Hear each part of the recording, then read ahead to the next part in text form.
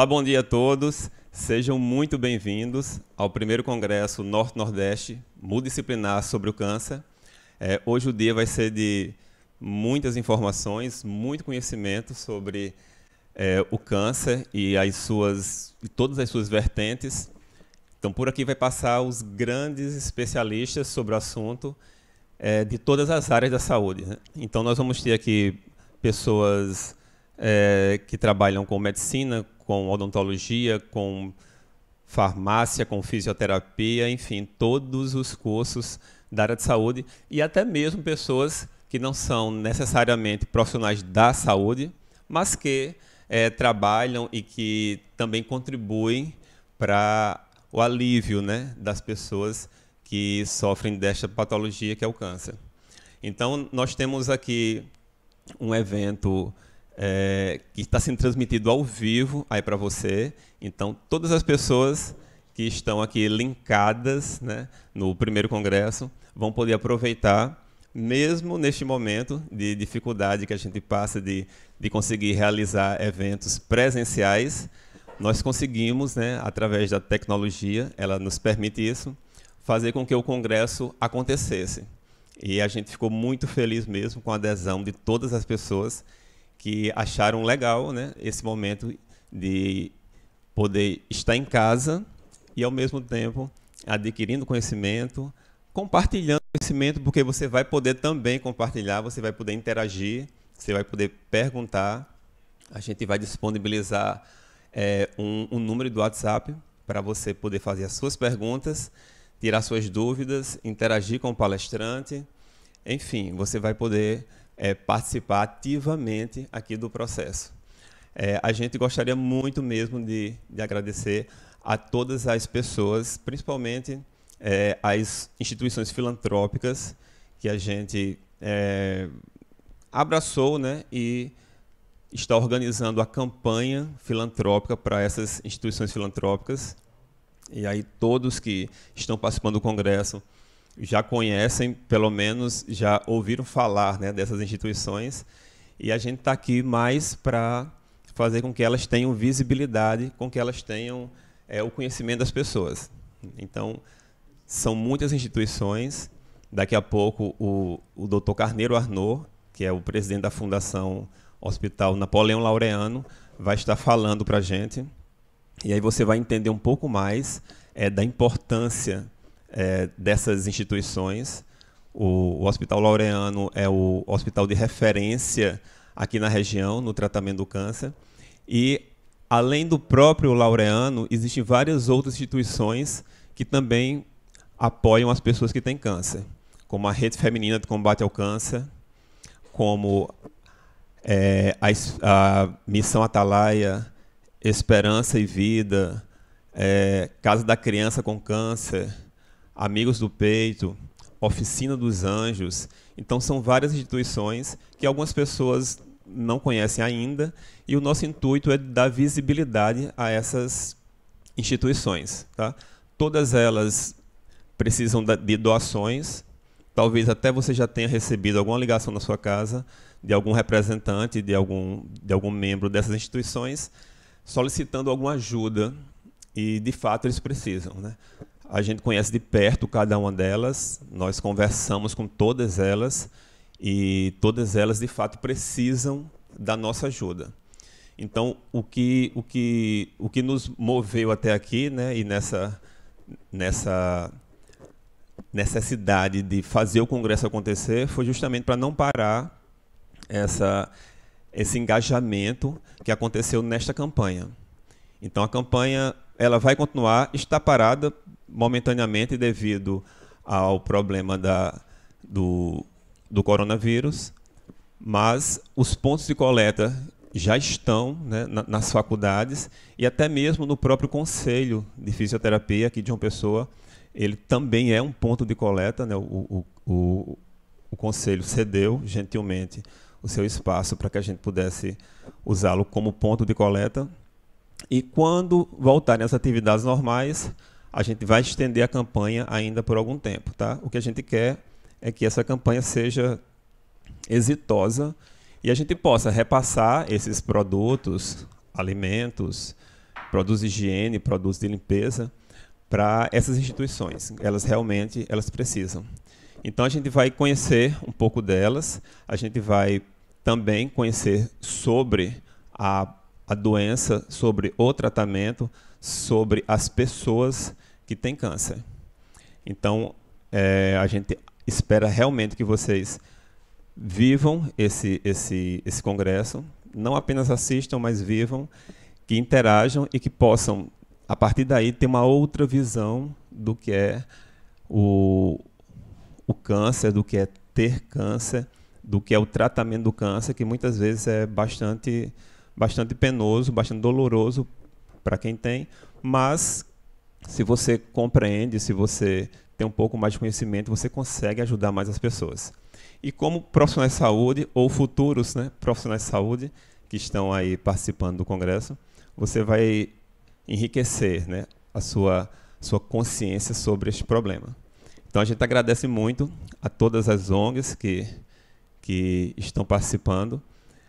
A gente agradece muito também a todos vocês que estão aí assistindo, as pessoas que vão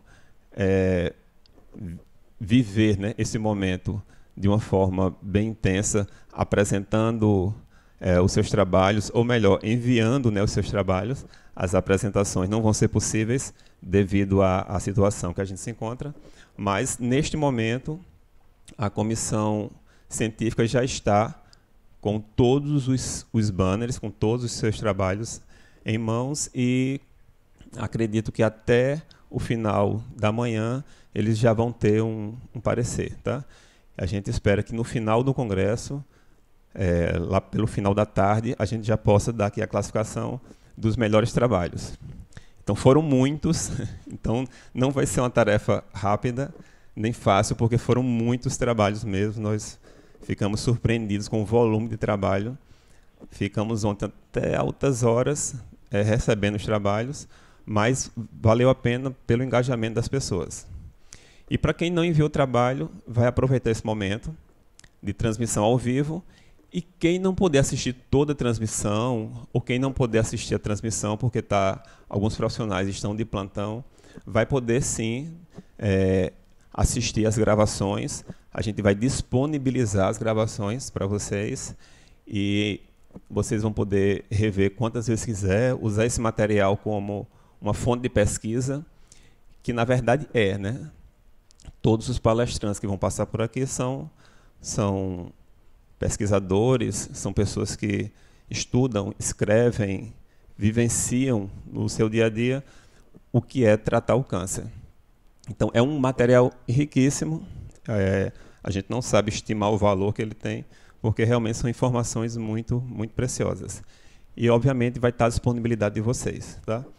Então, a gente volta daqui a pouco já com o primeiro palestrante, o Dr. Fernando, já está aqui se preparando. A gente volta já. Um abraço.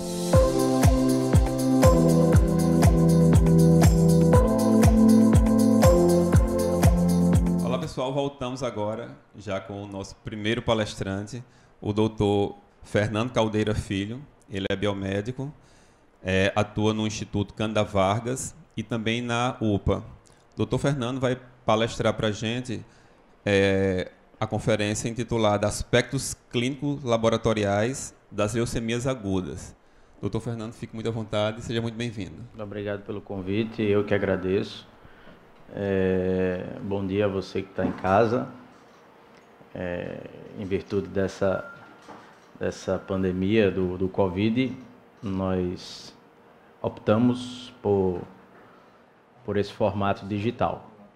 Mas acredito que nós não vamos perder nada em termos de qualidade de informação. E o que eu trouxe aqui para vocês hoje foi uma palestra a respeito dos aspectos clínicos e laboratoriais das leucemias agudas. Tá? Nos livros didáticos, esse assunto ele normalmente está dividido em leucemias agudas e leucemias crônicas. Tá? Inicialmente a gente vai fazer uma diferenciação para só então depois a gente entrar mais a fundo no tema sobre leucemias agudas. Tudo bem? Então, uma definição para a gente iniciar, tá? O que significa leucemia? O termo leucemia ele é aplicado às neoplasias hematológicas, gente, originárias da medula óssea. É importante a gente pontuar isso, porque muita gente ainda tem a ideia de que a leucemia é um câncer do sangue. Eu não gosto muito desse termo. A leucemia é um câncer da fábrica do sangue, tá? Que é a nossa medula óssea, nos quais um clone leucocitário ele aparece no sangue periférico. E aí a gente diz que a leucemia leucemizou. Isso por quê? Porque a leucemia, no início do processo, ela pode ainda estar restrita à medula óssea. Nesse caso, a gente chama de leucemia aleucêmica. Então, dessa definição, a gente consegue tirar alguns conceitos importantes. Nem toda leucemia ela vai se apresentar com leucocitose absurda. Não. Eu posso ter leucemia com leucócito normal e com leucopenia, porque a leucemia ela pode ainda estar restrita à medula óssea. Então guarde isso na sua mente, na sua memória, porque em alguns momentos vocês vão se deparar com algum hemograma de um paciente com leucemia que ele não vai ter simplesmente leucocitose. Ele pode inclusive apresentar a leucometria normal ou com leucopenia, tá certo? A distribuição. A forma mais comum, gente, de leucemia no mundo inteiro é a leucemia mieloide aguda, devido à sua maior incidência em populações orientais. Então a gente tem que imaginar o que foi que houve no mundo oriental de importante para que essa leucemia ela fosse a mais prevalente no mundo, né? A gente sabe que houve, alguns anos atrás, o advento das bombas de Hiroshima e Nagasaki, e foram bombas radioativas e que deixaram seu rastro de destruição, deixam até hoje, porque até hoje nascem crianças que padecem dessa patologia. Então, disso a gente tira a informação de que um dos fatores de risco para o desenvolvimento da leucemia mieloide aguda é a radiação. Radiação ionizante, ela predispõe ao desenvolvimento de leucemia mieloide aguda, tá? Aqui no Ocidente, no mundo ocidental, o nosso mundo, né, o Brasil está do lado de cá, a forma mais comum é a leucemia linfóide crônica, gente, tá certo? A leucemia linfóide crônica, ela é muito comum em pessoas de mais idade, tá certo? O vovozinho, a vovozinha.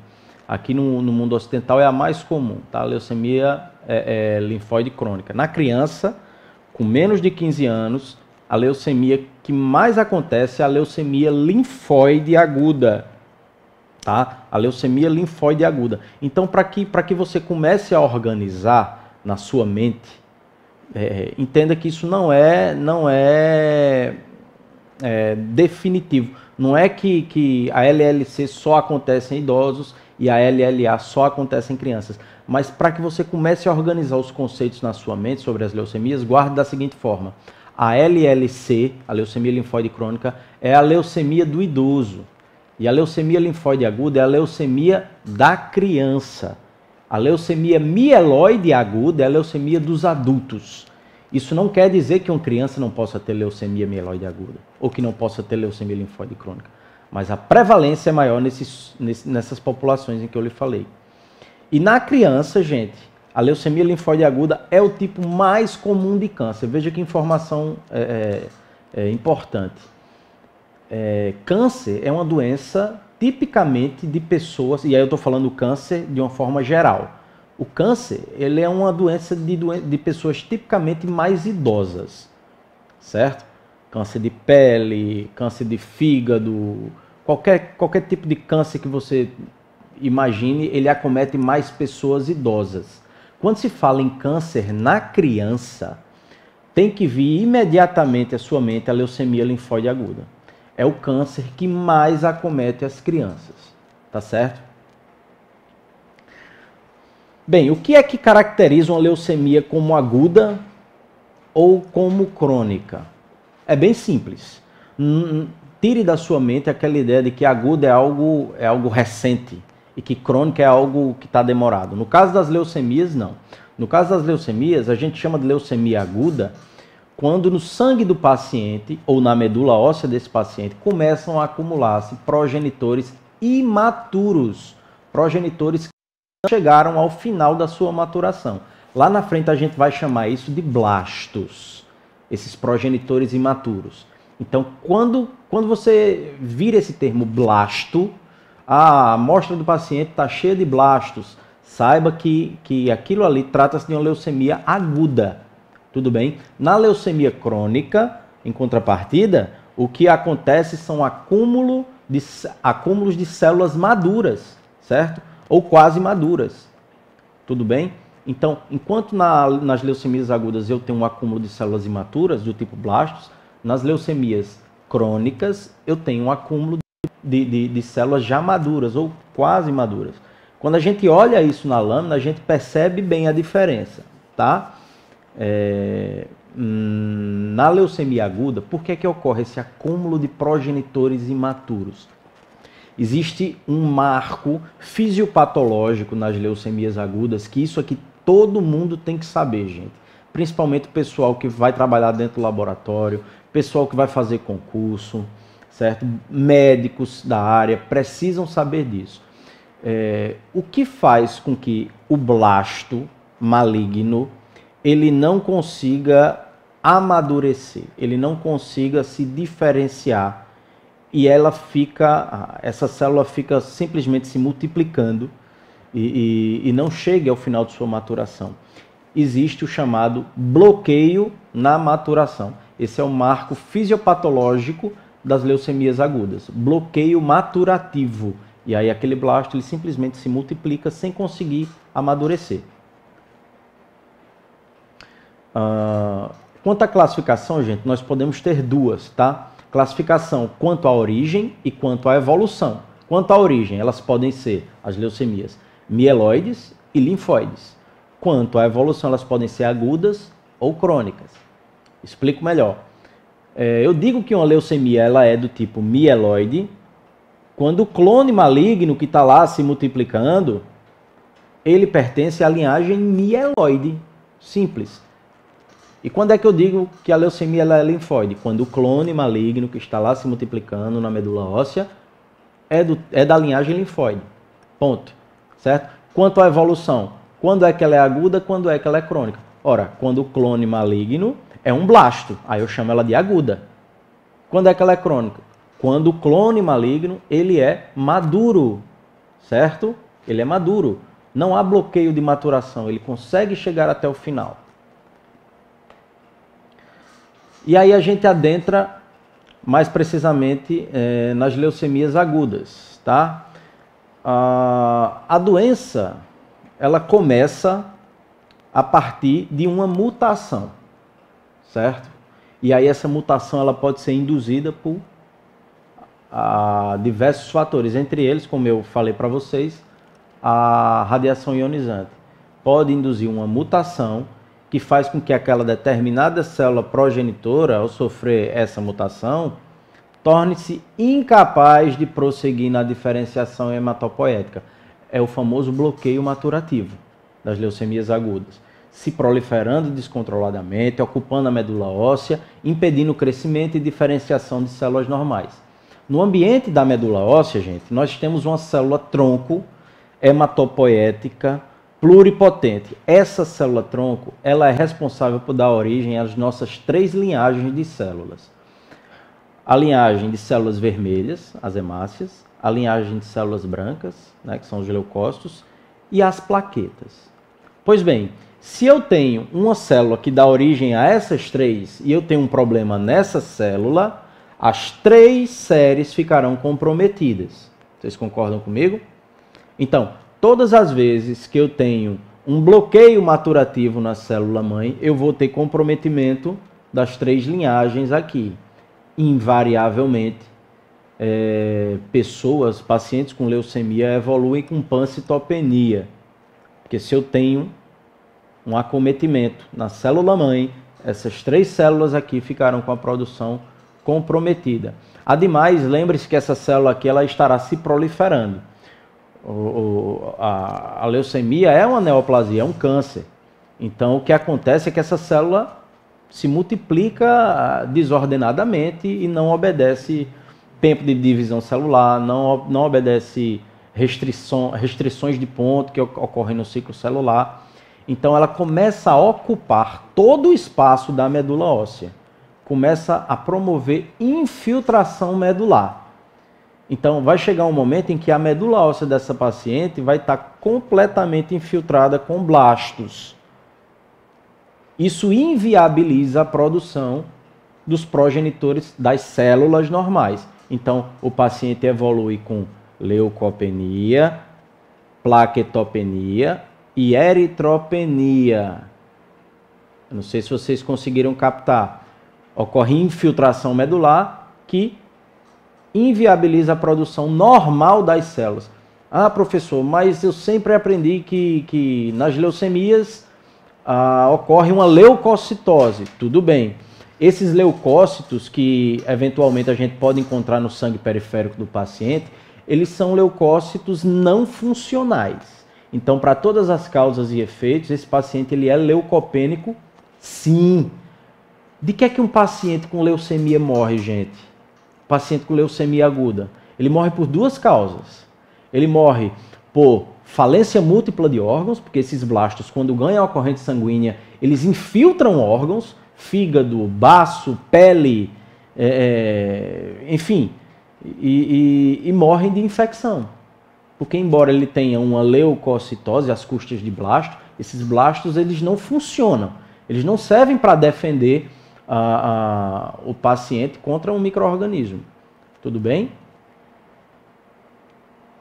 Essa é a sequência de eventos que ocorrem quando da deleção ou da translocação ou da inversão do cromossomo, né? Já que a gente viu que o início de tudo é uma mutação genética. Então eu tenho a anomalia citogenética, a mutação, que pode ser uma deleção, uma inversão, uma translocação, um ganho ou perda cromossômica, certo? E essa mutação, ela ativa oncogenes ou suprime os anti-oncogenes, que são genes, gente, que estão a todo momento dentro da célula impedindo que essa mutação ela se propague. Todas as vezes que ocorre uma mutação na célula, esses genes supressores, supressores de tumor ou anti-oncogenes, eles trabalham no sentido de corrigir o erro, certo? Quando essa mutação ocorre, essas deleções, essas inversões, eu perco essa capacidade de corrigir o erro genético. E aí a célula perde seu mecanismo de controle. Quando ela perde o mecanismo de controle, ela oficialmente tornou-se uma célula maligna. É isso que ocorre no clone neoplásico hematológico, tá certo? Aqui nós temos toda a sequência maturativa desde blasto, estão vendo lá, célula totipotente, até as células maduras, que eu consigo encontrar na corrente sanguínea. Então, todas essas três primeiras linhagens, célula totipotente, progenitores multilinhagem e progenitores de linhagem única, eles encontram-se no compartimento da medula óssea, certo? E as células maduras, elas encontram-se na corrente sanguínea. São compartimentos diferentes. Qual a forma mais simples de eu estudar e saber se a minha medula óssea está funcionando bem? É eu estudar as células maduras no sangue periférico. É muito mais fácil, é muito mais rápido, é muito menos invasivo. Então, quando você, biomédico, farmacêutico, bioquímico, que está lá no laboratório, vê alguma alteração nas células da linhagem que já estão maduras, já estão na corrente sanguínea, isso pode e deve chamar sua atenção para um possível problema na fábrica, para um possível problema na medula óssea. Quando? A pergunta é quando isso deve me chamar a atenção. Eu vou te dar uma dica. Sempre que você pegar o hemograma e você tiver alteração de 2 ou mais séries, lembre-se que nós temos 3 séries hematológicas, série branca, série plaquetínia e série vermelha. Pois bem, sempre que você tiver alteração de 2 ou mais séries no hemograma, você tem que, por obrigação, pensar, para poder descartar, um problema na medula óssea, tudo bem? Um exemplo. Digamos que você pegue um paciente com anemia e plaquetopenia. Opa, alteração de 2 séries. Eu preciso pensar em um problema de medula óssea. Por exemplo, anemia e plaquetopenia com leucócito normal. Tenho que pensar em um problema medular. Certo? Então, pancitopenia, né? Leucopenia, anemia e plaquetopenia. Tenho que pensar num problema medular. Então, alterou 2 ou mais séries, pense sempre, para poder descartá-lo, obviamente, pense sempre num problema medular. Tudo bem? Todas essas células que estão em azul, que estão do lado da medula óssea, certo? Célula totipotente, progenitores de linhagem e progenitores de linhagem única. Todas essas células em azul eu vou chamar de blastos. Essas células é que darão origem às células maduras, lá no sangue, tá certo? Então, qualquer alteração que eu tenha em qualquer blasto desse, eu posso desenvolver uma leucemia aguda. Lembre-se, essa célula é um blasto. Ela tem alta capacidade mitótica, e se uma célula dessa sofre uma mutação daquela onde ela perde os mecanismos de controle de ciclo celular, ela simplesmente vai se proliferar e vai infiltrar toda a medula óssea, comprometendo o aparecimento das células normais no sangue. É mais ou menos isso aqui que acontece, gente. Ó, olhando lá no slide, eu tenho uma célula-mãe pluripotente. Essa célula, ela dá origem à linhagem mieloide e à linhagem linfóide, certo? A linhagem mieloide, por sua vez, dá origem a precursores de plaqueta, precursores de todos os leucócitos, menos os linfócitos, certo? E dá origem aos progenitores eritroides, as hemácias. E lá do outro lado, o progenitor da linfóide dá origem à linhagem T e à linhagem B. Até aí tudo bem. Veja lá. Lá no sangue periférico eu vou ter o aparecimento de eritrócitos e de plaquetas. Vou ter o aparecimento de monócitos, leucócito polimorfo nuclear. Vou ter o aparecimento de eosinófilos, basófilos. E vou ter o aparecimento dos linfócitos, T, B e NK. Isso é o normal, certo? Quando ocorre um acometimento de um blasto daquele, uma mutação que confere àquela célula vantagem proliferativa, essa célula começa a se dividir de maneira destrambelhada, sem obedecer ciclo celular. O que ocorre é isso aqui, preste atenção. Olha, ela começa a perder controle do ciclo, começa a se multiplicar, começa a infiltrar a medula óssea e inviabiliza completamente a produção das células normais. Então, o paciente, invariavelmente, ele vai evoluir com pancitopenia, certo? Em fim de análise, é isso que ocorre. Vantagem proliferativa de determinado clone neoplásico em detrimento da produção normal das células. Tudo bem? Esses clones neoplásicos, esses blastos, já que a gente está falando de leucemias agudas, primeiro eles infiltram a medula, depois ganham a corrente sanguínea. Nesse momento é quando você vai encontrar o hemograma do paciente com 80 mil, com 100 mil leucócitos, praticamente todos blastos. É nesse momento. Porque enquanto esses blastos estão na medula óssea, o que você vai encontrar no hemograma é uma leucopenia. Então entenda que, dependendo do momento em que você pegue a leucemia no paciente, o paciente pode estar leucopênico. Ele pode estar com a contagem de leucócitos muito baixa. Lembre-se, sempre acompanhado de alteração de outra série, ou das duas, certo? Ou alteração na diminuição das hemácias, ou das plaquetas, ou de ambas, certo? E aí, esses blastos infiltram a medula óssea, ganham a corrente sanguínea e começam a infiltrar órgãos e tecidos. E aí nós temos outras manifestações clínicas da leucemia, tá bom? É isso aqui que ocorre, ó.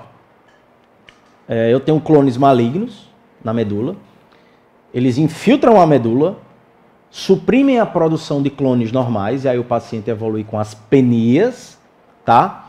Ganham a corrente sanguínea e infiltram outros órgãos, certo? Isso invariavelmente, como eu falei para vocês, isso causa anemia, obviamente, trombocitopenia, ausência de leucócitos funcionais. Então, eu vou ter na corrente sanguínea 80 mil, 90 mil leucócitos por milímetro cúbico, mas todos blastos, todos não funcionais. Então, em fim de análise, eu sou leucopênico. Se esses leucócitos não funcionam, eles não me protegem contra nada. Tá? E aí ocorre a infiltração de órgãos, que é um grande problema da leucemia, né? A leucemia, a partir do momento que ela começa a infiltrar órgãos, ela começa a inviabilizar estes órgãos. E aí o paciente pode vir a óbito por falência de múltiplos órgãos. Tudo bem? Como eu falei no início, gente, qual é o marco fisiopatológico? Vocês precisam ter em mente esses dois marcos. O marco fisiopatológico, qual é o erro que ocorre?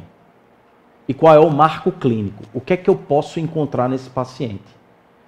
O marco fisiopatológico, gente, é justamente o bloqueio da maturação.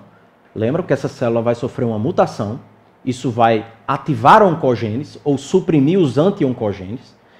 Essa célula ela vai se multiplicar sem obedecer ordem do ciclo celular, sem obedecer o tempo de divisão. E esse bloqueio da maturação faz com que ela simplesmente fique só se dividindo, sem maturar. Ela apenas se divide, se divide, se divide, se divide, se divide, ganha vantagem proliferativa sobre os outros clones normais. Isso suprime a produção dos clones normais. Isso a gente já viu. Isso é o marco fisiopatológico, tá? O bloqueio da maturação. E o marco clínico é justamente a pancitopenia.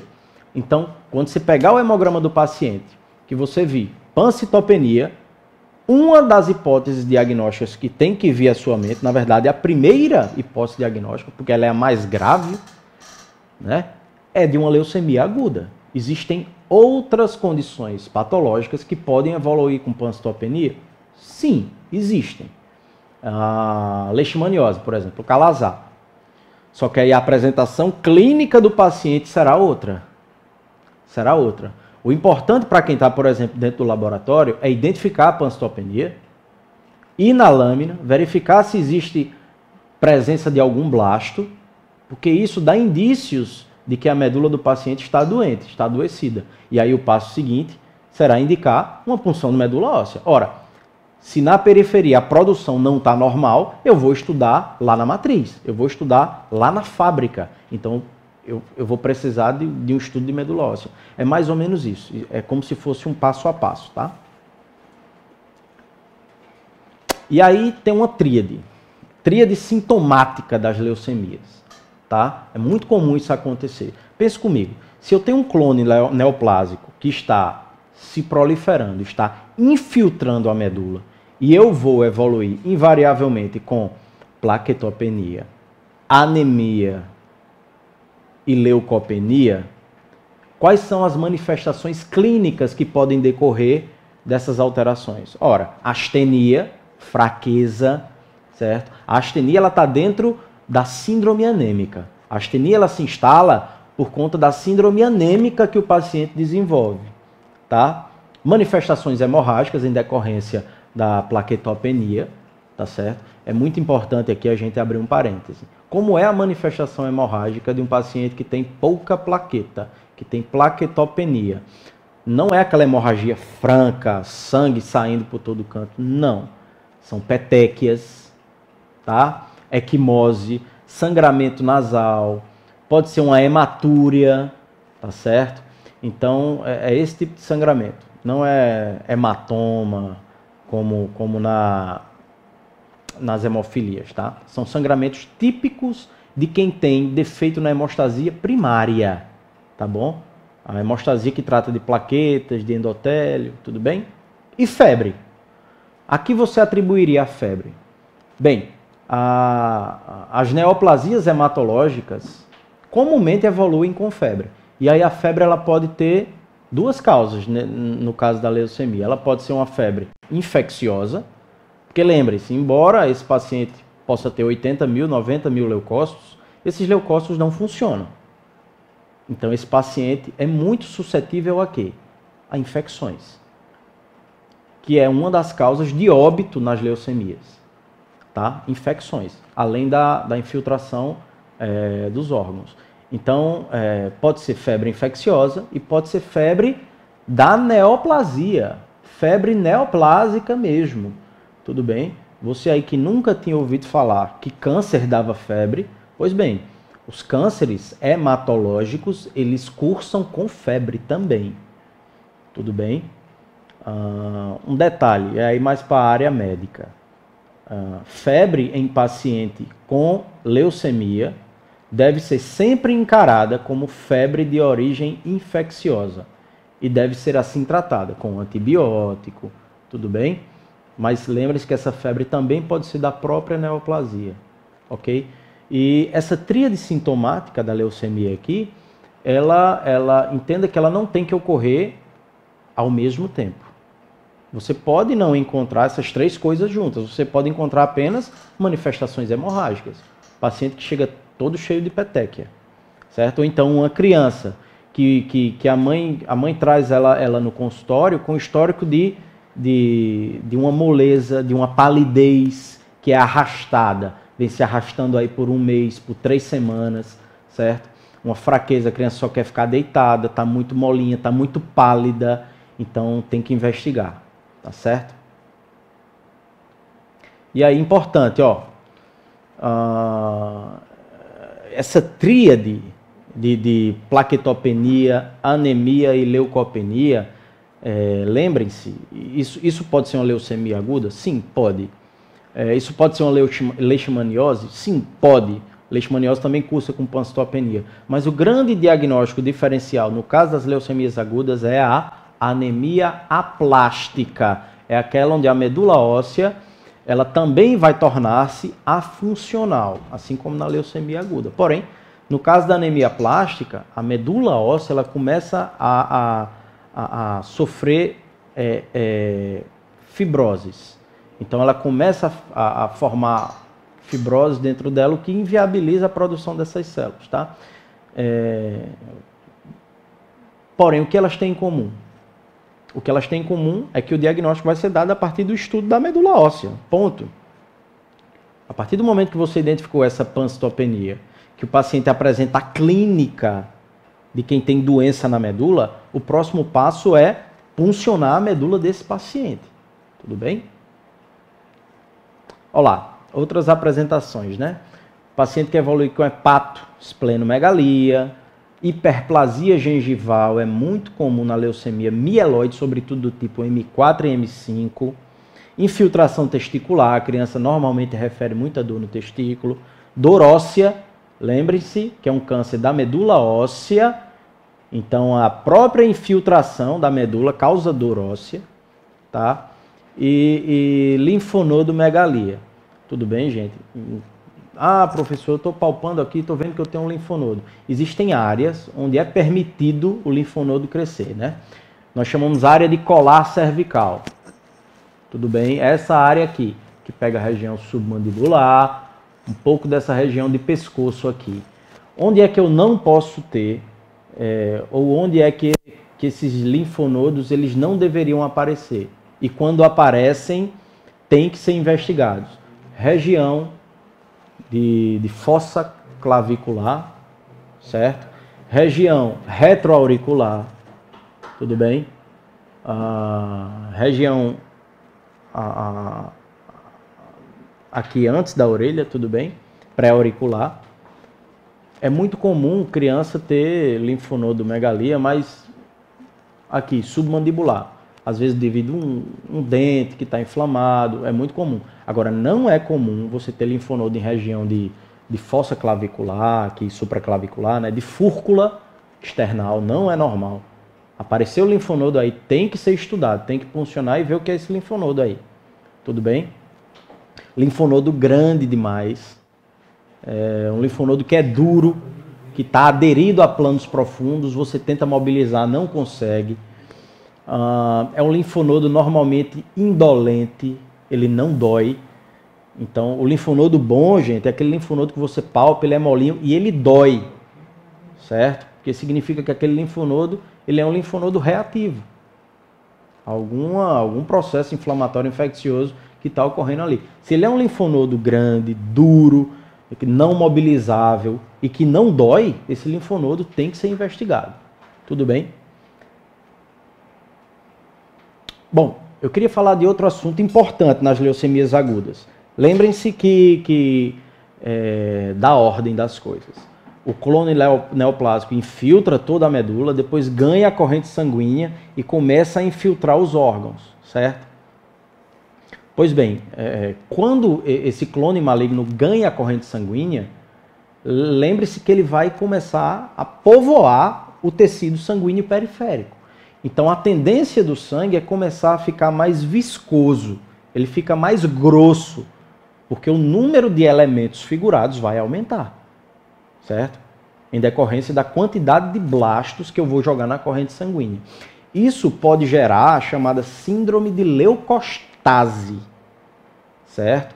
O sangue ele começa a ficar tão espesso que ele começa a correr de maneira mais lenta no leito vascular.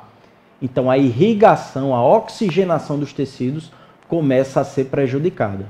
Sobretudo, gente, quando a leucometria do paciente no sangue periférico ela ultrapassa 100 mil leucócitos. Então, gente, toda vez que você pegar um hemograma de um paciente que ele tiver com mais de 100 mil de leucócitos, um paciente sabidamente portador de leucemia, você precisa fazer alguma coisa. Você precisa encaminhar esse paciente. Porque acima de 100 mil leucócitos, o sangue ele começa a ficar muito espesso e isso inviabiliza a oxigenação dos tecidos. Tudo bem? Isso é muito comum na leucemia mieloide M4, que é a mielomonocítica, e a M5. Tudo bem? Outras manifestações clínicas. Ora, se eu estou tendo dificuldade em oxigenar os tecidos devido ao espessamento do tecido sanguíneo, o paciente pode evoluir com cefaleia, porque não está oxigenando bem o cérebro, borramento visual, parestesia, que é aquela sensação de dormência nas mãos, torpor, coma, pode convulsionar, certo? Manifestações pulmonares, como dispneia, taquipneia, hipoxemia, disfunções do sistema geniturinário, certo?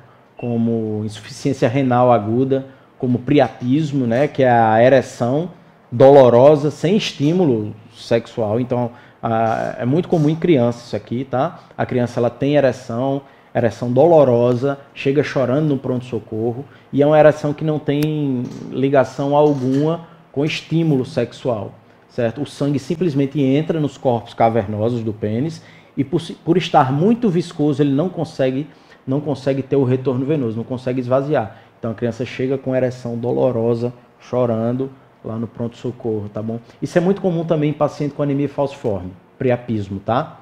Ocorre a obstrução dos leitos venosos e aí não consegue esvaziar.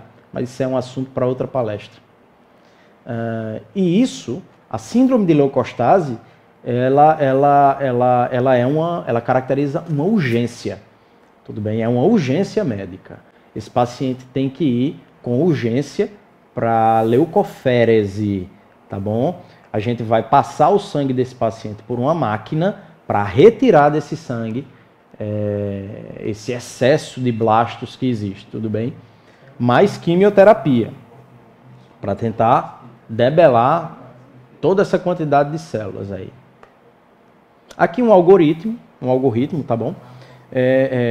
A gente começa lá no início com sinais e sintomas. Por exemplo, o paciente chegou com palidez, ou sangramento, ou febre, ou dorócia, aquelas manifestações típicas da leucemia aguda, chegou com esses sinais, solicita um hemograma. Esse hemograma tem que estar pronto em até 24 horas. Na verdade, ele não tem que estar pronto, ele tem que estar na mão do médico em, no máximo, 24 horas. A pergunta que se sucede é, o hemograma está normal? Se ele não está normal, veja para onde a seta aponta. Ele tem duas ou mais alterações. Se tem duas ou mais alterações com aqueles sinais e sintomas do início que eu citei, esse paciente ele tem que ser encaminhado rápido para um oncologista pediátrico ou para um hematologista. Tudo bem? A gente está falando muito assim, oncologista pediátrico, que a gente vê muito acontecer em criança. Tá certo? Mas as leucemias agudas elas podem acometer qualquer faixa etária.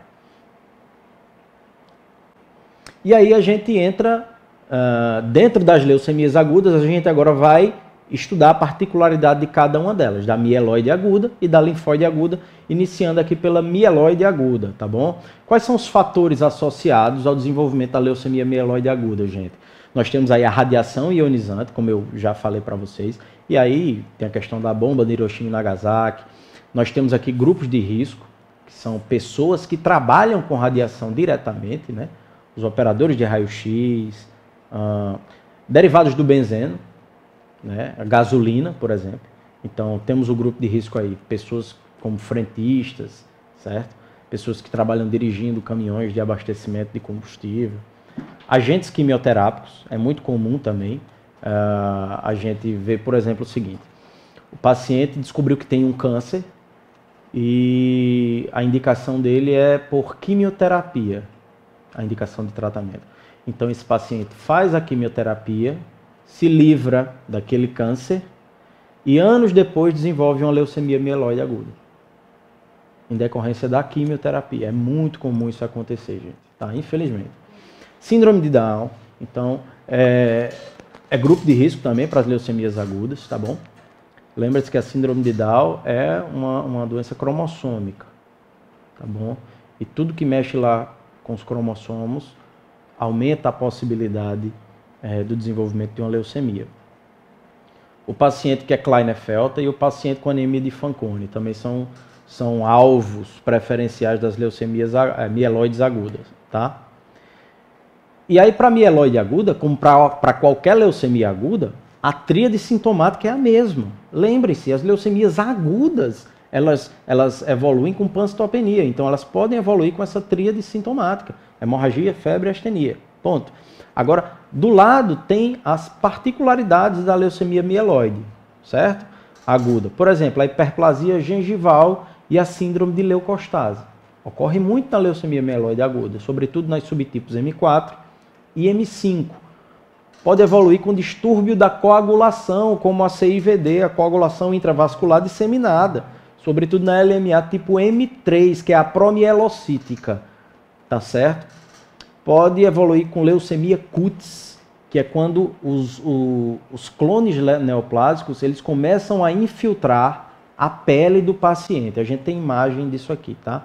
O cloroma, que é um tumor formado por células neoplásicas, que acomete preferencialmente a órbita ocular, tá bom? Que é mais frequente nos casos de translocação 821. Hepatosplenomegalia, é bem comum. Linfadenopatia e dor óssea. Gente, hepatosplenomegalia, o que é que vocês acham que está fazendo com que o fígado e o baço aumente? Infiltração de células. Então as células começam a infiltrar esses órgãos começam a crescer. Mesma coisa de linfadenopatia. O linfonodo ele cresce porque ele está começando a ser infiltrado por essas células, certo? Só que a linfadenomegalia, gente, ela é mais, não é que ela não ocorre na mieloide, ela ocorre, mas ela é mais comum na linfóide. Lembrem-se que os linfonodos são órgãos linfóides. Então, é muito comum em paciente com leucemia linfóide aguda, o acometimento inicial, o que a gente consegue ver é um linfonodo aumentado. Tudo bem? Aqui eu tenho imagens de pacientes com acometimento de pele, a leucemia cutis, tá? Isso não é espinha, tá, gente? Isso aí são tumores, certo? Formado por blastos. Se eu puncionar, se eu biopsiar uma lesão dessa e levar um microscópio, eu vou ver só blasto. Tudo bem? Aqui eu tenho o cloroma, que é o acometimento da órbita, certo? Nessa criancinha aí. Um bem mais grave que o outro, tá? Isso é infiltração de blastos também. E aqui eu tenho a questão da hiperplasia gengival. É muito comum, viu? Isso aqui em paciente com leucemia mieloide, principalmente do tipo M4 e M5. Tudo que está infiltrando essa gengiva aí, gente, são blastos. Se eu tirar um pedacinho aí, se eu biopsiar, eu vou encontrar muitos blastos aí, tá certo? É importante que você que está em casa, mas eu tenho a gengiva hipertrofiada. Outras causas, elas podem cursar com hiperplasia gengival, tá, gente? Sobretudo doença periodontal, tá bom? Então, achados laboratoriais. O que é que eu vou achar? Anemia, já expliquei por quê. Plaquetopenia com leucometria variável. Então, o paciente ele vai estar com a hemoglobina baixa, com a plaqueta baixa e os leucócitos podem estar o quê? Altos, baixos ou normais. Lembrem-se, depende do momento em que você pega a leucemia. Se você pega aquele paciente com leucemia e ela está restrita à medula óssea, você vai pegar ele com a leucometria normal ou diminuída. Tudo bem? Então, bicitopenia com leucometria variável. A anemia do tipo normocítica, normocrômica, tudo bem? A leucocitose, aquela leucocitose de 80, 90 mil leucócitos, eu encontro em mais de 50% dos pacientes, tá? Em 20% dos casos, o leuco ele passa de 100 mil, e aí eu tenho que lembrar daquela síndrome de leucostase, tudo bem? Em 55% dos casos, leucócito entre 5 e 50 mil. Ora, você está percebendo que tem uma faixa aí que o leucócito vai estar normal? Entre 5 e 50 mil, eu posso ter entre 5 e 10. Então, esse leucócito pode estar normal, gente. Atenção a isso, tá? E em 25% dos casos, o paciente está leucopênico. Então, para você que achava que o achado patognomônico da leucemia era pegar um hemograma e achar o paciente com 80 mil de leucócitos, vá desfazendo esse conceito da sua cabeça, tá? Você pode encontrar leucometria normal ou simplesmente diminuída. Alteração na hemostasia, eu tenho um consumo de fatores da coagulação, sobretudo na leucemia mieloide do tipo M3, que é a promielocítica, certo? Alterações metabólicas como hiperuricemia, elevação de DHL, pseudo-hipercalemia e pseudo-hipoglicemia. Vamos explicar cada uma dessas alterações metabólicas. Por que vocês acham que o paciente com leucemia mieloide aguda evolui com hiperuricemia, aumento de ácido úrico? Ora, gente, se eu tenho 80 mil, 90 mil leucócitos no sangue, vocês concordam que eu aumentei minha população celular. Quando eu aumento a população celular, eu aumento o que eu chamo taxa de turnover celular. A morte e produção. Morte e produção. Então, o ácido úrico, gente, ele vem de onde? Ele vem do metabolismo das purinas, que estão no núcleo das células. Então, quanto mais célula eu tenho, mais ácido úrico eu vou produzir, porque mais células mortas eu também vou produzir, certo? Então, eu aumento o turnover celular e isso aumenta o ácido úrico, ok? DHL elevada. Gente, a DHL, a lactato desidrogenase, é uma enzima que ela não é específica de nada, certo? Porém, todas as vezes que eu tenho aumento de destruição de alguma célula, de qualquer célula do corpo, a DHL aumenta, certo? Por exemplo, paciente que sofreu um acidente automobilístico e teve esmagamento do membro inferior, certo? Teve esmagamento de tecido muscular. As células musculares foram esmagadas. Se você dosar a DHL desse paciente, ela vai estar altíssima. Tudo bem? Paciente com anemia hemolítica vai estar hemolizando as hemácias. Se você dosar a DHL dele, vai estar aumentada. Do mesmo jeito aqui. Se você pega um paciente que tem 80, 90 mil de leucócitos por milímetro cúbico, a DHL dele também vai estar aumentada. Porque ao passo que eu tenho um maior número de células, eu também vou ter um número maior de destruição delas. Pseudo-hipercalemia. Hipercalemia, gente, é aumento de potássio. Hipercalemia. Tudo bem? Vocês têm que lembrar que o potássio ele é um íon eminentemente, quase que exclusivamente, intracelular. Então, todas as vezes que eu tenho aumento do meu número de células, eu vou ter aumento da destruição delas, eu vou ter liberação do potássio intracelular. Então, o paciente cursa com pseudo-hipercalemia e pseudo-hipoglicemia. Por quê, gente? A hipoglicemia, pasmem, isso que eu vou dizer a vocês é verdade. O blasto, ele é uma célula que consome glicose. Então, o paciente pode fazer episódios de hipoglicemia, tá? Porque o blasto, ele consome glicose. O diagnóstico, ele deve ser confirmado pelo mielograma. ainda que você olhe a lâmina da distensão sanguínea lá, você veja um montão de blasto, você saiba que aquilo ali é uma leucemia aguda, a confirmação ela vai ser feita a partir da punção de medula óssea. Eu preciso avaliar como é que está a fábrica desse paciente, certo? E aí, ó, vou puncionar a medula óssea e dessa amostra de medula óssea, o médico ele tem que solicitar pelo menos 3 coisas. A análise pelo citologista, pelo hematologista. Ele tem que solicitar uma imunofenotipagem e ele tem que solicitar o estudo citogenético. Com essas 3 coisas, dá para fechar o diagnóstico. Quando eu falo fechar o diagnóstico, gente, eu digo, dá para dizer, essa leucemia é uma leucemia mieloide. E ela é do tipo M6. E o erro genético que ocasionou ela foi a translocação do cromossomo tal com tal. Isso é fechar o diagnóstico da leucemia. É eu dizer se ela é mieloide ou linfóide, é eu dizer se ela, qual o subtipo, se é 0, 1, 2, 3, tudo bem? E é eu dizer onde está o erro, em qual cromossomo está o erro. Para isso serve o estudo citogenético. Então guardem essas coisas na cabeça de vocês. Da amostra de medula óssea, o médico ele tem que solicitar pelo menos 3 coisas. A avaliação citológica pelo hematologista, certo? A imunofenotipagem e o estudo citogenético. Com essas 3 coisas é que se fecha o diagnóstico de leucemia. Tire aquela ideia da sua cabeça de que o hematologista, olhando a lâmina lá, ele vai fechar o diagnóstico. Não vai. Hoje em dia não se faz mais isso. Por quê, gente? Muitas vezes, para tratar esse paciente, você tem muito pouco tempo. Você só tem uma bala para gastar. Então tem que ser uma coisa, o diagnóstico tem que ser muito preciso, gente. Tem que ser muito preciso para a terapêutica ela ser muito acertada.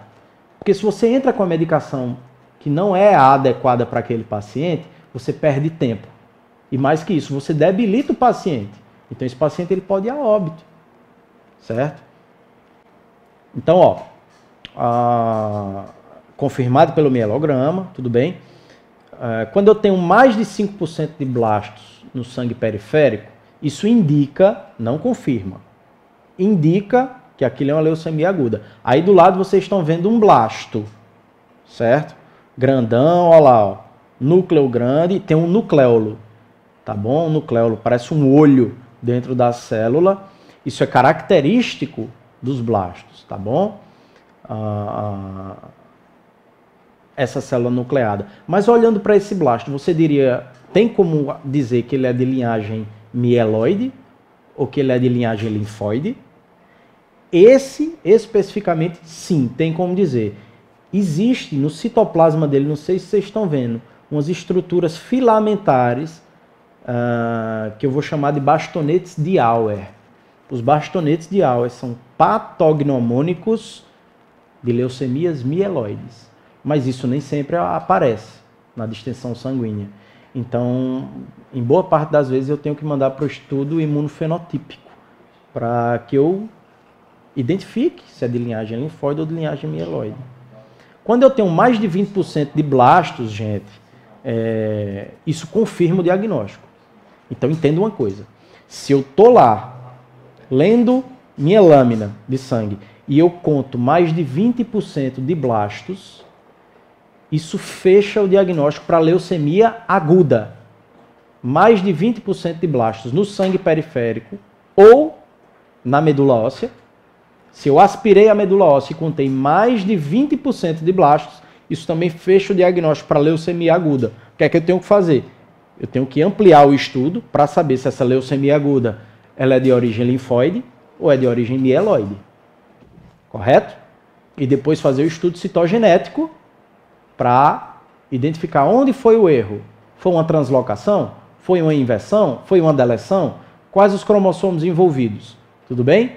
E a partir daí é tratar o paciente. Então, como eu falei para vocês, o diagnóstico passa necessariamente por essas etapas aqui. certo? O morfológico, onde o citologista, que vai ler a distensão sanguínea, tem um papel importantíssimo. 70% dos diagnósticos de leucemia podem ser dados com um bom hematologista, olhando a lâmina. O problema está ali nos outros 30%.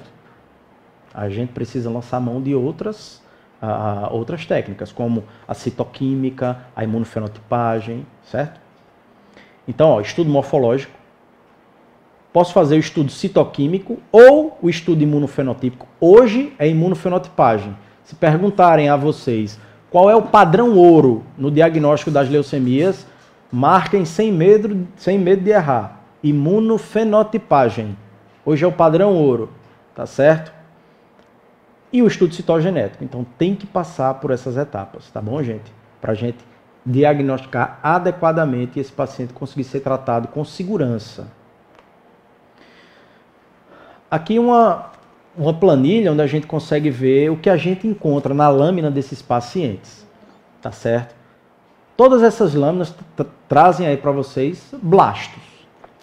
Óbvio que eu não vou falar aqui das características intrínsecas de cada blasto, porém um bom hematologista, um bom citologista tem que saber, né?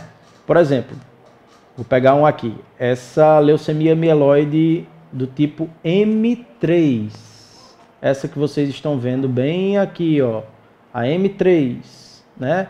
Ela é responsável por 12% de todos os casos de leucemia mieloide aguda. E ela é bem característica. Se você olhar para as células, você encontra um núcleo grande, um nucleolo evidente, um citoplasma cheio de granulações, certo? Nessa imagem a gente consegue ver alguns bastonetes de Auer. Então, são promielócitos, certo? São células imaturas, ela é bem característica. Mas como é que eu tenho a certeza de que esses blastos que estão aparecendo são realmente os que eu penso ser? Eu vou para o estudo imunofenotípico, tá certo? Aqui eu tenho a M6 e a M7. A M6, gente, é uma leucemia de eritroblastos, tá? É uma leucemia da série vermelha. E a M7 é uma leucemia megacariocítica, é uma leucemia que acomete o precursor das plaquetas, o megacariócito, tudo bem? Nesse quadrinho do lado, vocês estão vendo os subtipos de leucemia mieloide. Vai da M0 a M7, segundo a FAB. Né? Essa é a classificação da FAB. E aí tem um percentual de casos em que cada um ocorre. Temos aqui o nome das leucemias, certo? E do lado, não sei se vocês estão vendo, tem a anormalidade citogenética envolvida. Perceba, na leucemia promielocítica, essa do tipo M3, a translocação do cromossomo 15-17, ela está presente em 98% dessas leucemias, gente. O que é que eu quero dizer com isso? Eu quero dizer que a translocação do cromossomo 15 com 17, ela é a anormalidade citogenética mais comum num paciente com leucemia mieloide aguda do tipo M3. Então, todas as vezes que o hematologista parar, olhar lá a lâmina, que viu um monte de promielócito, ele tem certeza que aquilo é uma leucemia mieloide do tipo M3. No estudo citogenético, ele terá que buscar essa translocação 15 e 17. Por quê? Porque ela é a que está mais envolvida, certo? Na leucemia linfóide aguda, gente, o que é que eu tenho aqui como informações gerais? É a leucemia mais comum da infância, como a gente tinha falado no começo. Tá? É o câncer da criança. É a leucemia linfóide aguda. Tá? Responde bem à quimioterapia e a chance de cura chega a 70% a 85%. A gente costuma dizer que criança é de borracha. As crianças elas suportam bem a terapia. Graças a Deus evoluem bem, a maioria delas, né? No entanto, as leucemias linfóide agudas, elas também podem acometer o adulto. E na maioria dos casos, no adulto, eles não têm uma evolução muito boa, tá? O prognóstico ele não é muito bom.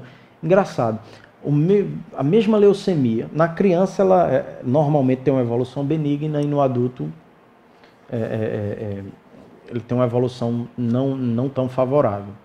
Então lembre, leucemia linfóide aguda na criança tem bom prognóstico, mas no adulto não. Quais são os fatores associados às leucemias linfóides agudas? Infecções virais podem predispor ao aparecimento de neoplasia linfóide, tá? Associação entre o vírus Epstein-Barr e a leucemia linfóide aguda do tipo L3, tá? O vírus Epstein-Barr é aquele vírusinho da mononucleose infecciosa, tá bom? Mais uma vez, síndrome de Down, tá bom? Mutações no gene TP53, que é um supressor de tumor. Gêmeos univitelinos, né? Tem 25% de chance. Se um teve, o outro tem 25% de chance de ter. E fatores químicos e ambientais associados, nós temos a radiação ionizante, mais uma vez, e o benzeno. Tudo bem? Eu lembro de um paciente que a gente recebeu no serviço onde eu já passei, que ele era frentista de posto. E o hemograma dele trazia uma pancitopenia. Nunca mais vou esquecer desse caso. Certo? E na história era muito claro o que estava acontecendo, né? Eles trabalhavam sem os EPIs, sem a máscara, e ele estava com um quadro de benzenismo, intoxicação por benzeno, que é mieloaplasiante. Então, a conduta é afastar esse cidadão do trabalho, ele não pode mais trabalhar cheirando gasolina, porque o benzeno ele faz aplasia medular, tá certo? E faz também mutação. Então a gente tem que afastar esse cidadão do trabalho e fazer o estudo da medula óssea dele, para saber se o que estava acontecendo era uma aplasia de medula ou se era uma leucemia que ele estava sofrendo. Tudo bem? Manifestações clínicas, a mesma tríade clínica das leucemias agudas se mantém, tá? Porém, aqui na leucemia linfóide aguda, é muito comum a hepatosplenomegalia, tudo bem? Lembre-se que o baço é um órgão linfóide, gente. Então, se eu tenho proliferação de linfócitos, eles infiltram órgãos linfóides. É por isso que baço cresce. É por isso que linfonodo cresce. Olha o linfonodo no pescoço dessa criancinha aqui, ó. Vocês estão vendo? Esse linfonodo aqui, se você for palpar, ele é um linfonodo grande, com mais de 2 centímetros. Ele é um linfonodo duro, ele não dói, você aperta, a criança não refere dor. Ele é um linfonodo aderido a planos profundos, então ele não mobiliza. Muito comum a criança relatar que está com dor testicular, por conta da infiltração desses blastos no testículo. E infiltração cutânea, tá? É importante salientar que, de modo geral, não existe maneira de distinguir LMA de LLA, com base nas manifestações clínicas iniciais. Então, isso tem que passar por avaliação laboratorial, gente. Se eu pego um paciente com leucemia aguda, clinicamente eu sei que é uma leucemia. O paciente está com febre, está com manifestação hemorrágica, tem linfonodo palpável, está pálido, então ele tem tudo para ter uma leucemia. Só que não tem como eu dizer que aquilo é uma leucemia mieloide ou é uma leucemia linfóide. Só com a clínica. Eu preciso da avaliação laboratorial.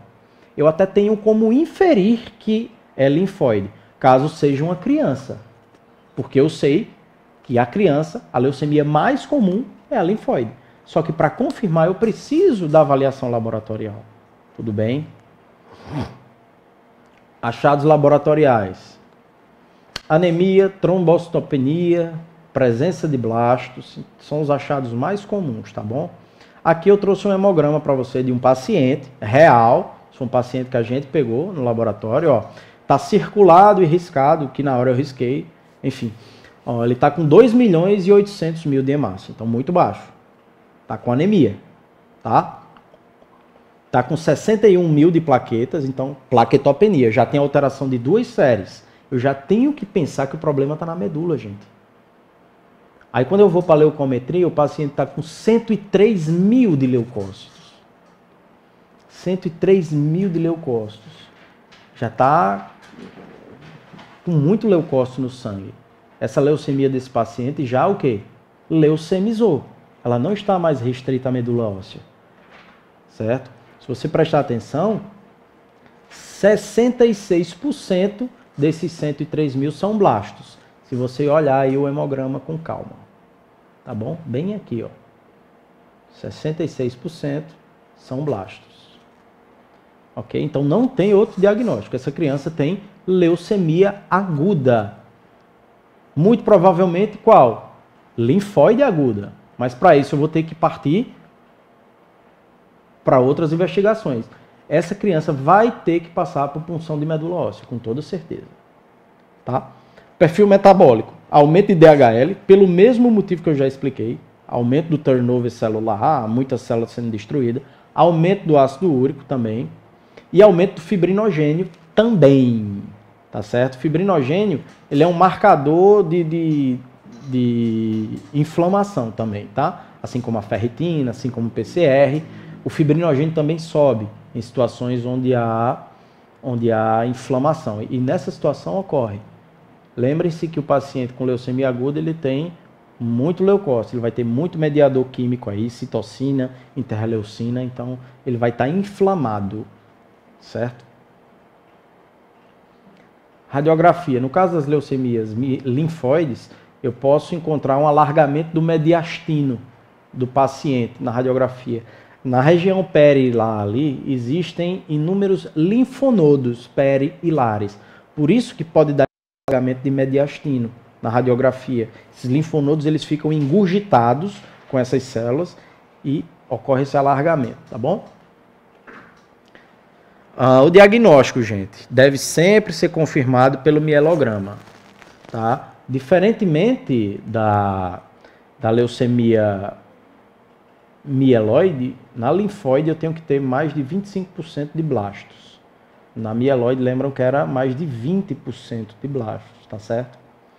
E o aspirado de medula deve ser analisado do ponto de vista, mais uma vez, morfológico, citoquímico, imunofenotípico e citogenético. Então o diagnóstico vai ter que passar obrigatoriamente por isso aqui, certo? Faz diagnóstico diferencial com AIJ, a artrite idiopática juvenil, né? Púrpura trombocitopênica idiopática, pelo fator, pela plaquetopenia que se instala. Faz diagnóstico diferencial com mononucleose infecciosa, tá bom? E faz diagnóstico diferencial com anemia plástica, pela pancitopenia que pode se instalar, certo? Mas tudo isso, todo esse diagnóstico diferencial vai ser feito pela punção de medula óssea. A gente tem que estudar a medula desse paciente. Aqui os subtipos de leucemias de linfóides, L1, L2, L3, dependendo do blasto que ele acometer, certo? Se o linfócito ele é B, se ele é T, certo? Se ele é uma variante do linfoma de Burkitt, e aí nós temos a leucemia L3. Então perceba, o citologista ele tem que ser muito bom, porque existem algumas diferenças, algumas são muito tênues, certo? Existem blastos que não evidenciam nucleolo, então o hematologista, o citologista que vai lá, ele tem que ser muito bom realmente. E hoje em dia, como a gente tem outras ferramentas mais seguras, é importante que a gente lance mão delas também, e não apenas do trabalho do hematologista. E agora, doutor, como fazer para diferenciar se é mieloide ou se é linfóide aguda, certo? Hematologista, para ler o estiraço sanguíneo, identificar e começar a investigação, certo?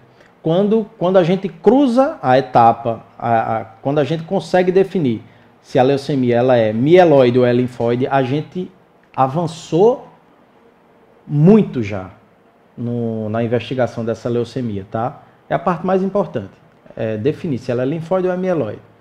Depois a gente vai ver os subtipos, certo? O estudo citoquímico, ele ajuda também nessa diferenciação, tá? Se é mieloide ou se é linfóide. Então, quando eu estou em dúvida, o hematologista está em dúvida, ele não conseguiu identificar se aquela leucemia que ele está vendo em lâmina é da linhagem linfóide ou da mieloide. Posso lançar a mão do estudo citoquímico. Vou mostrar aqui como é feito, certo? Em último caso, e na maioria deles é feito, a imunofenotipagem, que hoje é o padrão ouro para diagnóstico, tá bom? A imunofenotipagem vai me dizer se aquela célula é de origem mieloide, se ela é de origem linfóide, e a partir da apresentação dos receptores de membrana que existem nas células, eu posso subtipar, posso dizer se é M4, M5, M6, se é L1, L2, L3, tudo certo? E no final disso, eu vou fazer um estudo citogenético, que pode ser feito por qualquer uma dessas 3 técnicas aí, tá certo? Sendo a mais sensível delas, a mais a que detecta com maior acurácia, o RT-PCR, para estudar onde é que está o erro, onde é que está a translocação, onde é que está a deleção, tudo bem? Então, ó, na citoquímica, eu vou corar a minha amostra com essas enzimas aqui, a mieloperoxidase, por exemplo, e o Sudan Black. Caso elas deem positivas para essa coloração, a mieloperoxidase e o corante Sudan Black, eu posso dizer com segurança que aquela leucemia é do tipo mieloide. São corantes que dão positivo nas leucemias mieloides. Se deu positivo na mieloperoxidase, no Sudan Black e esterases não específicas, veja que afunilou mais ainda. Eu digo que ela é uma leucemia mieloide e que ela pode ser do tipo M4 ou M5. Entendido? Se eu faço painel de coloração e ele não corou mieloperoxidase, não corou Sudan Black, mas corou o PAS e fosfatase ácida, eu já defino que aquilo ali é uma leucemia linfóide. Então, lembra, gente, isso cai muito em concurso, tá? Amostra de paciente com leucemia, PAS positivo, fosfatase ácida positivo, mieloperoxidase negativa, essa leucemia só pode ser de que linhagem? Linfóide, gente. Linfóide. É mais ou menos por aí que a gente vai proceder com a citoquímica, tá certo? A imunofenotipagem, que é o padrão ouro hoje, tá certo? Olha lá, o que é que eu vou fazer? Tá vendo aquela célula lá em cima que ela tem... toda célula ela tem isso, tá, gente? Antígenos de superfície.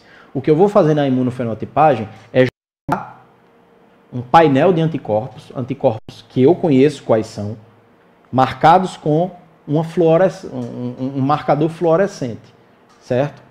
E esses marcadores fluorescentes, CD10, CD19, CD45, eles vão ou não se ligar a esses receptores que essa célula apresenta na sua membrana. Cada tipo de célula apresenta diferentes combinações desses receptores. E esses anticorpos marcados com fluorescência, quando se ligam, eu consigo passar no citômetro.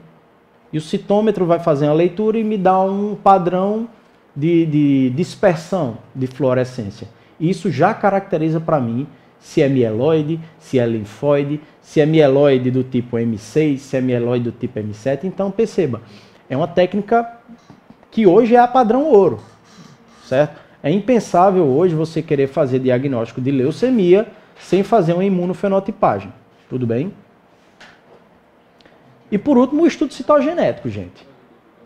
Além de você dizer se a leucemia é do tipo mieloide ou linfóide, além de você dizer se ela é do tipo mieloide M3 ou linfóide do tipo L1, a gente tem também que dizer onde está o erro. Se é uma translocação no cromossomo 17, se é uma deleção no cromossomo 13. Por quê?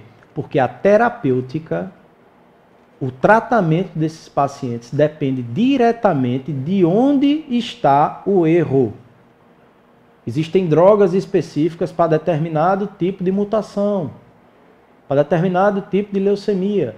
Então não basta eu só dizer que tipo de leucemia ele tem, eu tenho que subtipar. Eu tenho que dizer o subtipo da leucemia e onde está o erro. Onde está o erro? Eu consigo isso através do estudo citogenético, tá? Então, essa frase resume bem o que é o estudo citogenético. A identificação das alterações citogenéticas nas leucemias agudas não são mera curiosidade. Não é só para saber onde é que está o erro, não. Elas representam os principais parâmetros prognósticos para guiar a escolha da melhor terapia. Então, perceba, saber onde está o erro é um ponto-chave para tratar meu paciente, tá certo?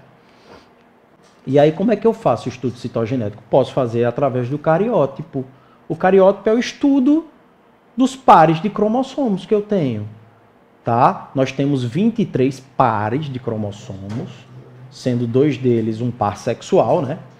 Cromossomo X na mulher, XY no homem. Aqui eu tenho um cariótipo, né? Eu vou liberar os cromossomos de dentro da minha célula. Percebam aqui os cromossomos, a representação esquemática de um cromossomo. Ele é formado por um braço longo e um braço curto, e existem pacotes de DNA que eu chamo de bandas neles. Existem essas bandas mais escuras e essas bandas mais claras, certo? E percebam, os cromossomos, quando eu libero eles de dentro da célula, eles ficam completamente espalhados aqui, ó, misturados. Os 23 pares estão aqui. Perceba, aqui em cima circulado, eu tenho o cromossomo 13. E o outro par do 13 está lá embaixo, perceba. Professor, e como é que eu faço para alinhá-los, agrupá-los lado a lado com o seu par? Aí não é você, aí é um programa do computador que faz isso, tá? O programa do computador pega e alinha lado a lado os pares. E a partir daí é feita a análise. Aqui eu tenho um cariótipo já organizado. O indivíduo do sexo masculino, como você pode ver, o 23º par é XY, e eu tenho todos os cromossomos aí alinhados. Aqui eu vou ver se tem cromossomo faltando pedaço, eu vou ver se cromossomo trocou pedaço, eu vou ver se houve inversão, tudo bem? Porém, isso aqui depende muito da habilidade, de quem faz isso aqui, de quem analisa, e pode passar batido, alguma coisa. Para isso, eu posso lançar a mão da hibridização in situ, do FISH, tá bom? Eu vou jogar uma sonda fluorescente de DNA, essa sonda ela vai se acoplar ao material genético do meu paciente, certo? Em determinadas porções, lembram? Translocação do cromossomo 15, 17, eu vou estar investigando, então eu jogo uma sonda com a sequência que eu sei que tem ali. Essa sonda ela vai acoplar no material genético, caso exista aquela sequência, ele vai acoplar e vai acender a fluorescência. Aqui, ó, os cromossomos já com a fluorescência acesa. Isso é sinal de que naquele cromossomo, a sonda que eu joguei, ela se ligou. Então o erro tá ali, estaria ali, certo? É uma boa técnica, sim, não é todo mundo que domina. E também pode deixar passar batido algumas alterações. E o padrão ouro é o RT-PCR. Aí aqui não tem erro. Não tem erro, tá bom, gente? Qualquer alteração que tenha passado no cariótipo ou na hibridização in situ, aqui a gente consegue captar. O que é que a gente vai fazer? A gente vai pegar uma amostra do paciente, fazer o processamento dela e retirar das células o RNA delas. A partir do RNA da célula daquele paciente, eu consigo fabricar uma fita complementar, essa verdinha que vocês estão vendo logo aí embaixo. Eu faço uma fita de DNA complementar e a partir dessa fita de DNA complementar, eu reproduzo o DNA nativo da célula. Eu amplifico o DNA dela e a partir do DNA, aí eu vou analisar onde é que estão os erros. Tudo bem? Então o RT-PCR é o melhor entre essas técnicas de estudo citogenético, é o PCR. Se perguntarem a vocês, RT-PCR, para eu detectar onde é que está o erro, tá bom? Aí fica mais ou menos assim o painel, gente. Leucemia mieloide aguda do tipo M2, e lá no estudo citogenético que eu fiz com RT-PCR, eu digo, é translocação do cromossomo 8 com 21. Estão vendo aí? Isso aqui é o diagnóstico final. O hematologista ou o oncologista precisa disso para tratar o paciente. Tá bom, gente? E assim por diante, ó. LLA do tipo L2, essa penúltima que vocês estão vendo, que é a translocação do 9 com 22, que confere aí a formação do cromossomo Filadélfia, é uma leucemia de muitíssimo mau prognóstico. Tá certo? Por conta dessa translocação 9 e 22. Então não basta eu dizer que é uma leucemia aguda do tipo L2. Eu tenho que dizer com translocação do 9 com 22. Certo? Isso eu só adquiro com estudo citogenético. Tá bom, gente? Então a mensagem era essa. Como o tempo também não é grande, a gente tem que tentar correr um pouco mais, mas eu espero que a ideia geral tenha permanecido. E eu gosto de terminar sempre com essa frase de Immanuel Kant: quem não sabe o que busca, não identifica o que acha. Não adianta você ficar buscando as coisas sem saber o que você está pesquisando. Tá bom? Muitas vezes a alteração aparece ali na sua frente e você, por não saber o que está pesquisando, não sabe do que se trata. Então, muito obrigado, gente. Eu espero que vocês tenham aproveitado. Bom, brilhante, né? Explanação do doutor Fernando. Eu acho que está todo mundo aí. Pelo que eu estou vendo aqui no WhatsApp, tem muita gente aqui interagindo e perguntando também, tá? Infelizmente não vai dar para fazer todas as perguntas, mas eu vou encaminhar para ele e ele vai, aos poucos, depois nos fornecendo. Mas eu vou fazer aqui algumas perguntas, apesar do tempo estar bem avançado, mas são perguntas bacanas, sabe, para ele responder aqui. Doutor, estão perguntando assim: quais fatores são determinantes para as alterações do DNA para alterar o funcionamento celular de forma patogênica e formar um câncer? É importante a gente tratar dessa questão. Eu meio que explanei aqui, por exemplo, a questão da radiação ionizante. A radiação ionizante, gente, ela consegue danificar o DNA da célula. E no DNA é onde estão os genes que comandam a maquinaria da célula. A radiação ionizante, o benzeno, certo? Algumas viroses, como o vírus Epstein-Barr, no caso das leucemias linfóides agudas, podem predispor o paciente a uma mutação. Quando ocorre mutação, lembrem-se que os genes supressores de tumor, eles podem ser mutados. Os genes supressores de tumor são aqueles genes que nos protegem, eles nos protegem contra as mutações. Ora, se eu sofro uma mutação justamente nesse gene que me protege, eu fico desprotegido. E aí a célula, ela começa a se proliferar de maneira indefinida, e aí gera o câncer. Doutor, só mais uma pergunta.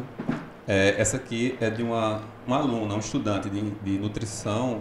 Ela diz que a tia dela, ela sofre de câncer e pergunta assim: qual a causa de linfedema no braço depois do câncer de mama após anos de esvaziamento? A medicação da Flon é de uso contínuo. É interessante sua pergunta.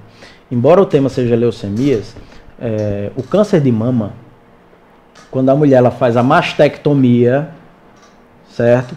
Boa parte das mulheres precisam fazer o que nós chamamos de esvaziamento axilar. Nós tiramos a mama da paciente e vamos retirar todos os linfonodos que existem na axila, certo?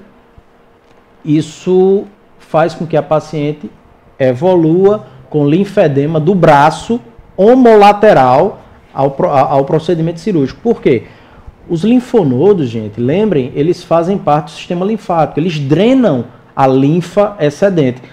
Mas se ela fez o esvaziamento axilar, se ela tirou os linfonodos, essa drenagem ela fica comprometida. Então, invariavelmente, ela vai evoluir com edema de membro. Isso é comum a praticamente todas as pacientes que fazem mastectomia com esvaziamento axilar de linfonodos. Tá?